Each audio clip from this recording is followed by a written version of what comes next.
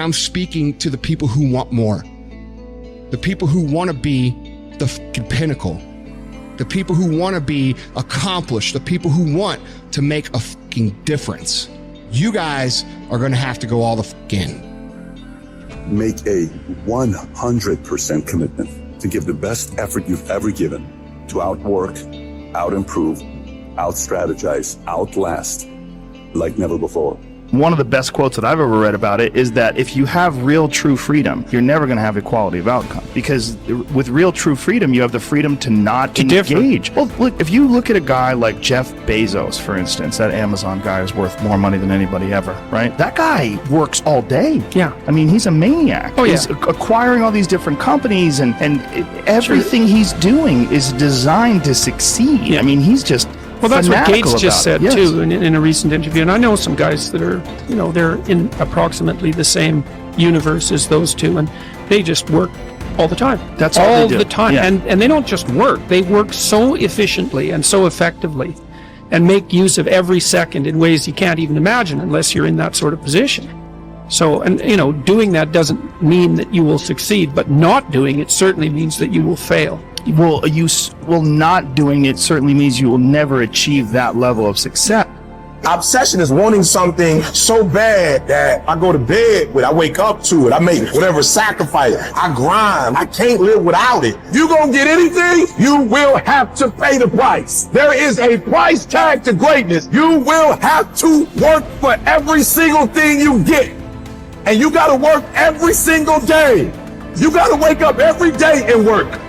We do not retreat. We do not give up. We do not surrender. And the reason why most of you are not successful is because every single time stuff not going your way, you give up, you quit, you let go, and people feel weakness. They feel it. You can feel when somebody's not committed, when they're not all in, when they're not dedicated. And there's another level you get to when you go all in. Look at your belief system every single day and stick with it. Don't rush the process. Trust the process. Don't rush the process. Trust the process. Don't rush the process. Trust the process. People who do stuff consistently and on time, they surpass people who talented and gifted. Should never be satisfied with what you got. You should double your business, triple it. If you accomplish something good with hard work, the labor passes quickly, but the good endures. If you do something shameful in pursuit of pleasure, the pleasure passes quickly, but the shame endures.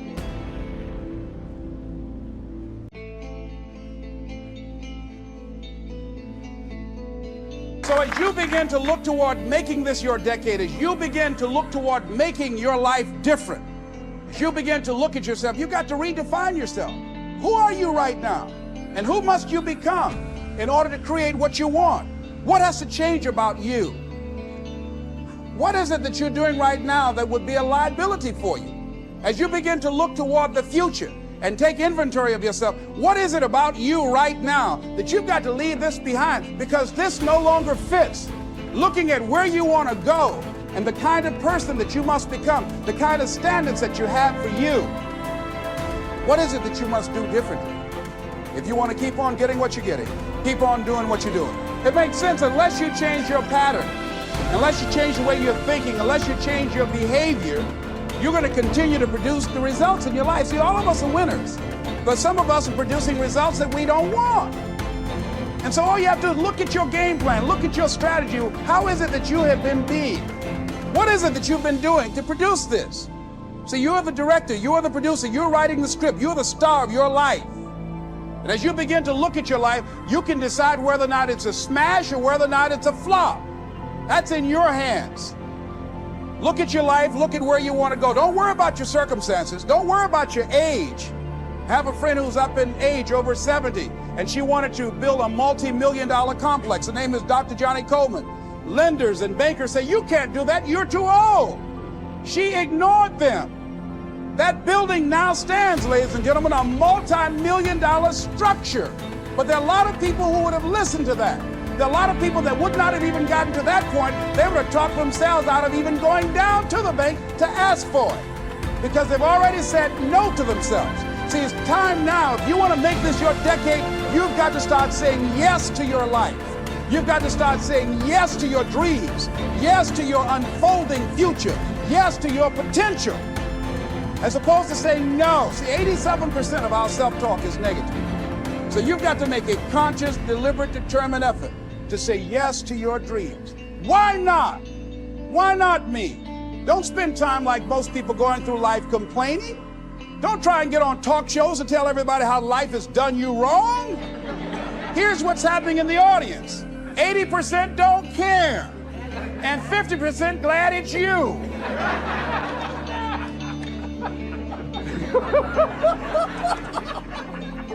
All right? So when you know that, you'll go around, oh, you know what they did to me? Who cares? Get away from me before they come back. Even as the sun doth not wait for prayers and incantations to rise, but shines forth and is welcomed by all, so thou also wait not for clapping of hands and shouts and praise to do thy duty. Nay, do good of thine own accord, and thou wilt be loved like the sun. Above all, remember that the door stands open.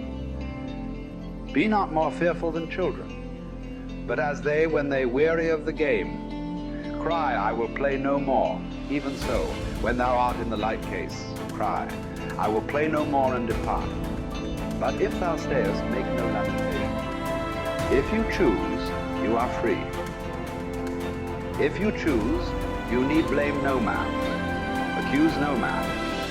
All things will be at once according to your mind and according to the mind of God. Withdraw into yourself as far as you can. Associate with those who will make a better man of you. Welcome those whom you yourself can improve. The process is mutual. Men learn while they teach. Limiting one's desires actually helps to cure one of fear. Cease to hope, and you will cease to fear. Widely different as fear and hoping are, the two of them march in unison like a prisoner and the escort he is handcuffed to. Fear keeps pace with hope. Both belong to a mind in suspense, to a mind in a state of anxiety through looking into the future. Both are mainly due to projecting our thoughts far ahead of us instead of adapting ourselves to the present. I've learned to be a friend to myself with great improvement. This indeed, such a one can never be said to be alone, but know that he who is a friend to himself is a friend to all mankind. Wild animals run from the dangers they actually see. Once they have escaped them, worry no more. We, however, are tormented alike by what is past and what is to come. A number of our blessings do us harm. Memory brings back the agony of fear, while foresight brings it on prematurely. No one confines his unhappiness to the present. For the only safe harbor in this life's tossing, troubled sea is to refuse to be bothered about what the future will bring, and to stand ready and confident, squaring the breast to take without skulking or flinching whatever fortune hurls at them. Count your years, and you'll be ashamed to be wanting and working for exactly the same things as you wanted when you were a boy. Of this one thing, make sure against your dying day, that your faults die before you do. Have done with those unsettled pleasures which cost one dear. They do one harm after they're past and gone, not merely when they're in prospect. Even when they're over, pleasures of a depraved nature are apt to carry feelings of dissatisfaction. In the same way as a criminal's anxiety, it doesn't end with the commission of the crime, even if it's undetected at the time. Such pleasures are insubstantial and unreliable. Even if they don't do one any harm, they're fleeting in character. Look around for some enduring good instead. And nothing answers this description except what the spirit discovers for itself within itself. A good character is the only guarantee of everlasting, carefree happiness.